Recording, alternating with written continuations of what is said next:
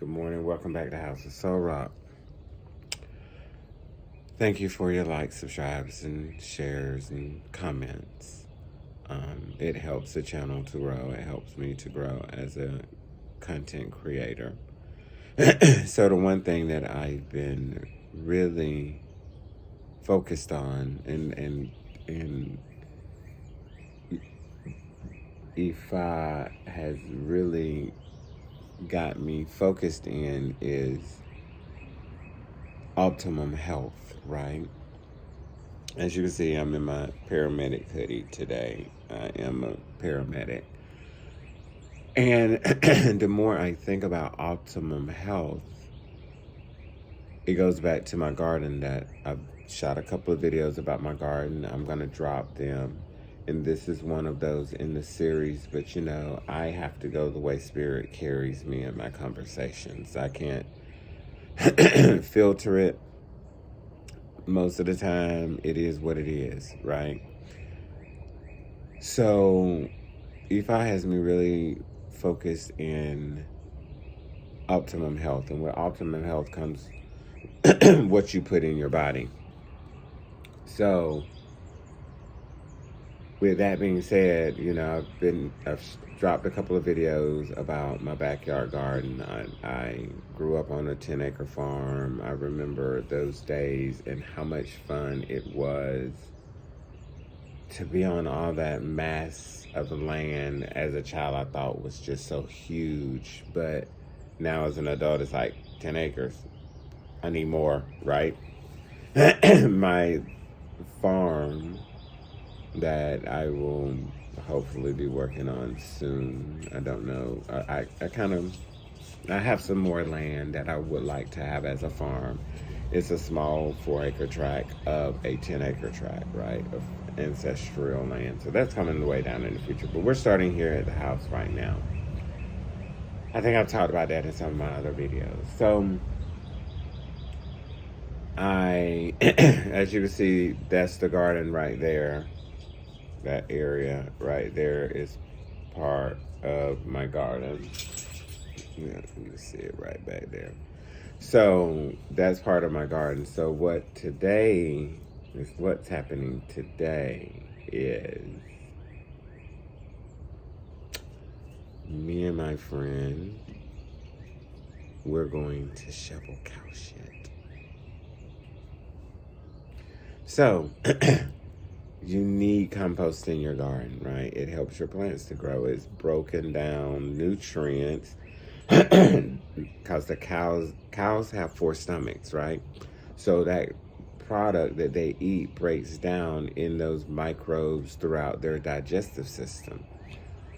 Once they poop, now you have those microbes in your soil, which feeds your soil and helps your soil to make the nutrients that our body needs to grow and to heal itself, right? And to function well. So, since that's just plain dirt from where the grass was removed, excuse me, from where the grass was removed, I have to feed that soil, right? So one of the best things to do is black cow manure. So instead of going to a big box store, I networked and found somebody with some cows. You know I did.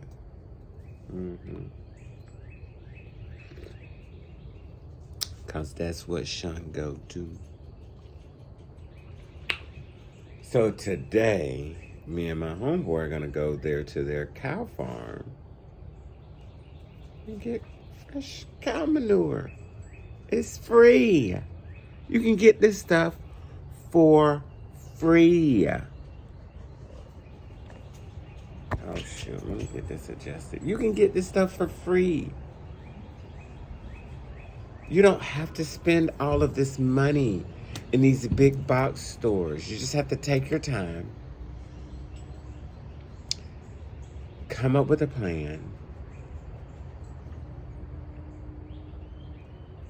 think about your steps, and network. Getting out and speaking to, just talking to people about, I'm starting my garden and I need to get some cow manure. You know, inflation's through the roof. Things cost so much money nowadays. It is just crazy. So I need some cow manure. Do you know anybody with some cows? They'll be like, shoot, yeah, I know somebody with some cows. This person texted the person she knew about the cows. They were like, shoot, yeah, he can come over and get as much as he wants. For free. The only part is I have to go and shovel the shit.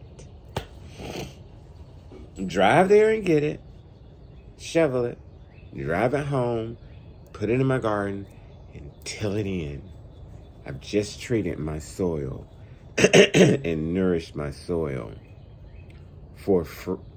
I'm going to be easy with the word free. I'm not going to use the word free. I'm going to say at a most cost-effective way, right? It costs me gas and time and energy to go in this nasty situation and shovel the shit. It is what it is. Somebody's got to do it. That's how I know that what I'm consuming, because I know the cow manure that I put back there, and I know where I got it from, right?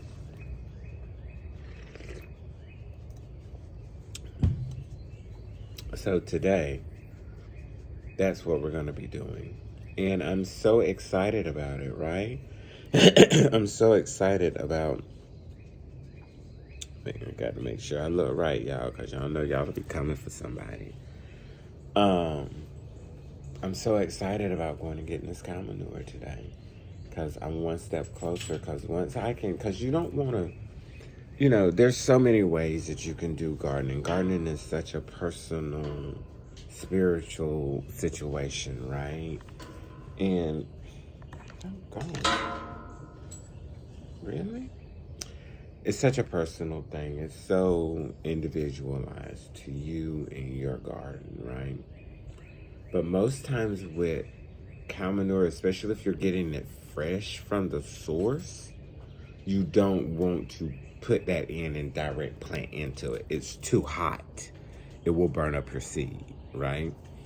So what you want to do is you want to get that manure, spread it out, and till it in and let it sit, right? Till it into the dirt, prep the dirt, water it, possibly till it again, because I've already thrown just regular pellet fertilizer out there to kind of get some stuff out in the soil, right? And then the cow manure is going to come in and add those good microbes to the soil that will attract things that will keep the soil healthy, right?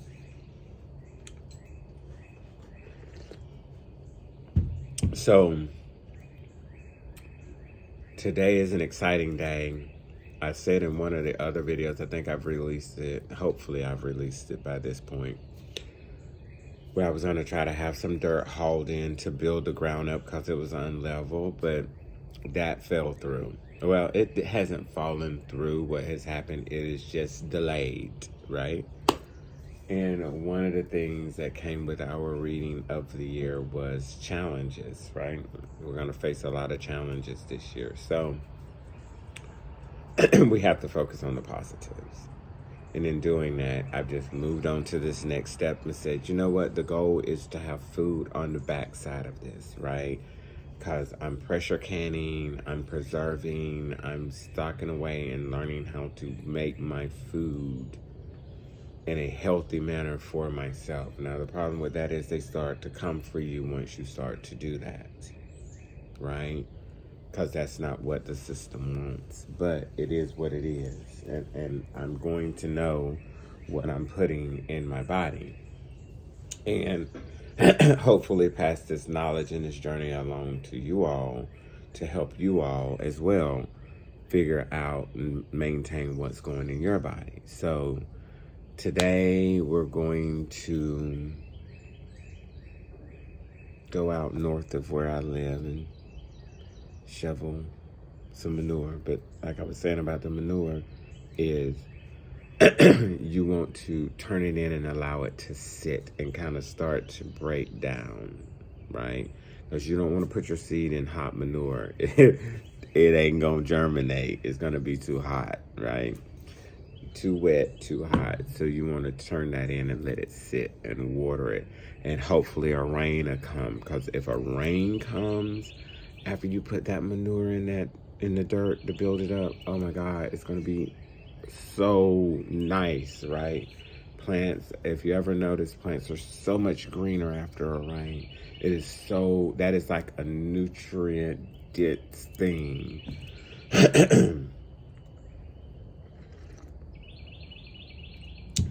Having some coffee. We got to be out there at 9:30.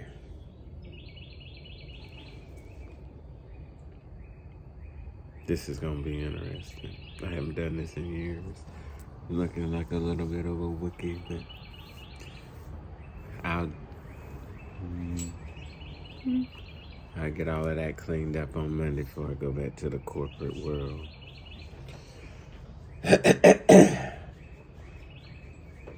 But I don't know what else to say, so that's what that's going to be about today.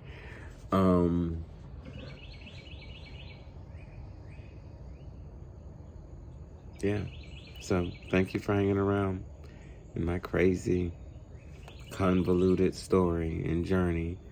But hopefully I can bring y'all on. Maybe I'll shoot some scenes of us out there shoveling the cow manure. And I really do want to get this time. I really do want to catch myself tilling. I wasn't able to show y'all that process. Listen, that's the process. And it's one of those electric tillers. It's not one of the upgrade high super duper tillers, right? It's just a simpler tiller. I'm just getting started. Start small. This was given to me by one of my my constituents here on YouTube. It was donated to me. So I'm thankful and I'm grateful for the tiller, right? It gets the job done. I just need the soil turned and to be able to do it regularly. Later on down the line, a bigger, better one will come into play. This dog, if you don't stop,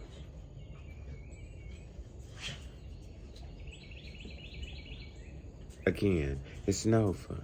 She has the most sensitive skin, right? But she's a country dog.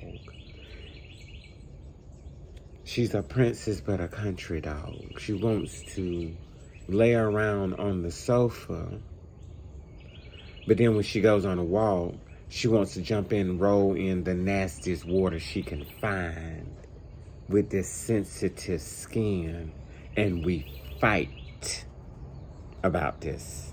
It's just annoying. Her skin is so sensitive. Now the boy can roll around in anything. Ain't gonna mess with him. Her is gonna mess up every time, but she go for it. She be the first one to go for it. They make my uterus hurt sometimes. But anyway, so maybe I could shoot some scenes of that today. So it's a journey. I'm excited. I really want a good turnout of with my yield this year because I really want to do some pressure canning to show you all. I want to do some pressure canning. I want to do some more water bath canning. I do apologize. I water bath canned over 38 half pints of strawberries. Oh my God, they are amazing. Amazing. Hold on. Come on here. Come on. Let's go.